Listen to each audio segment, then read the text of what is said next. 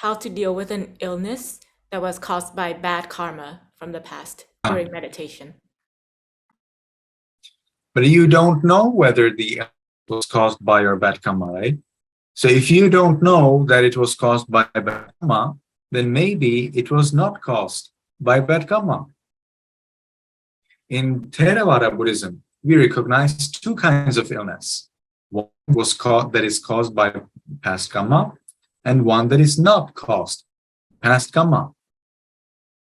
So we know that there are 8 conditions for suffering. We will read them in the Sivaka Sutta. In Samyutta Nikaya, what are those 8? Pitang semhanchevatocha sannipata utunicha visamang opakamikam kamma vipakena attamiti. Atta means 8. So, Pittang is the bile, Semhang is phlegm, Vato is air. Sannipata means together. These are the 3 ingredients of the body and of the body's health and illnesses. So in the Buddha's time, if someone wanted to identify an illness, they would identify it based on these 3 so-called doshas.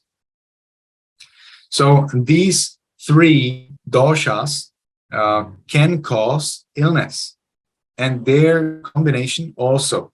But because today we do not have this kind of concept of doshas, especially here in the West, we can say any kind of disease. So any kind of disease in this body can also, any kind of physical condition may cause suffering. Then utu. Utu means hot or cold. Well, if it's hot, that doesn't mean that it's your bad karma.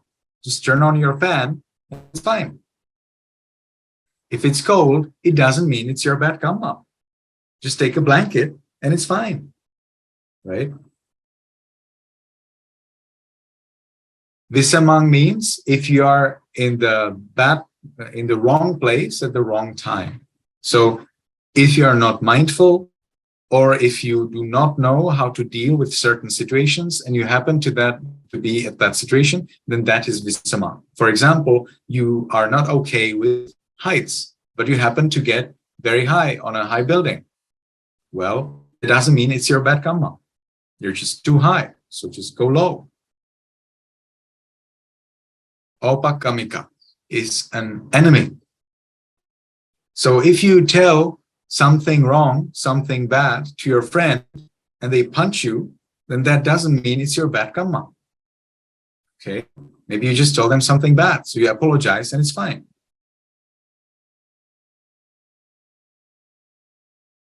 And then, yes, so I've said, so the 4 there for the health, utu is weather or the temperature. Then we have the visamang, that means the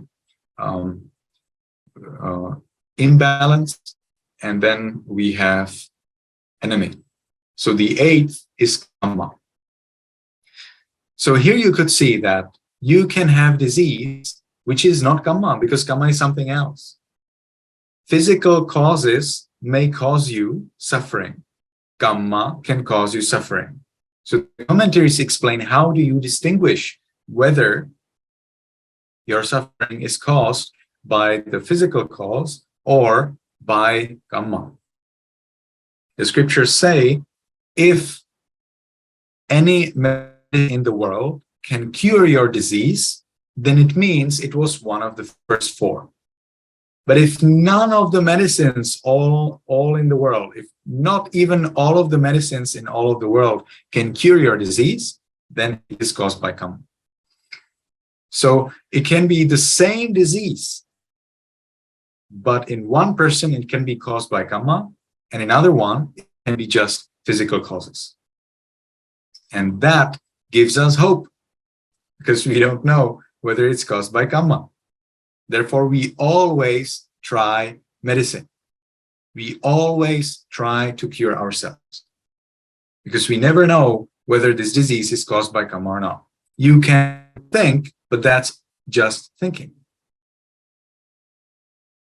So we never resort to the idea, okay, so this is caused by my karma, and now I just have to suffer.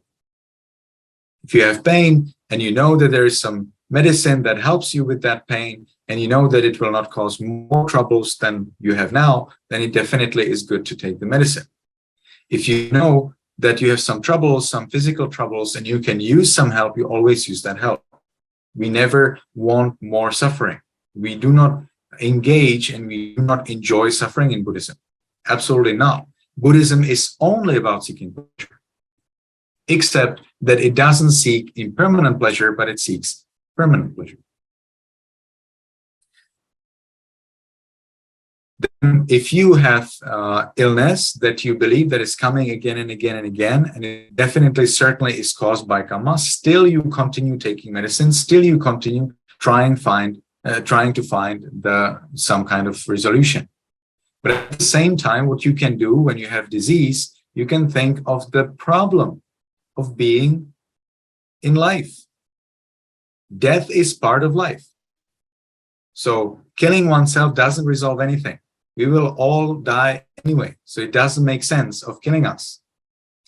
But we can think of the fact that when we live, there will always be suffering. There's no life without death. As you have suffering, as you have a disease and you suffer from that disease, you can always consider, okay, now I suffer from disease, but I suffered from disease in many, many of my past lives.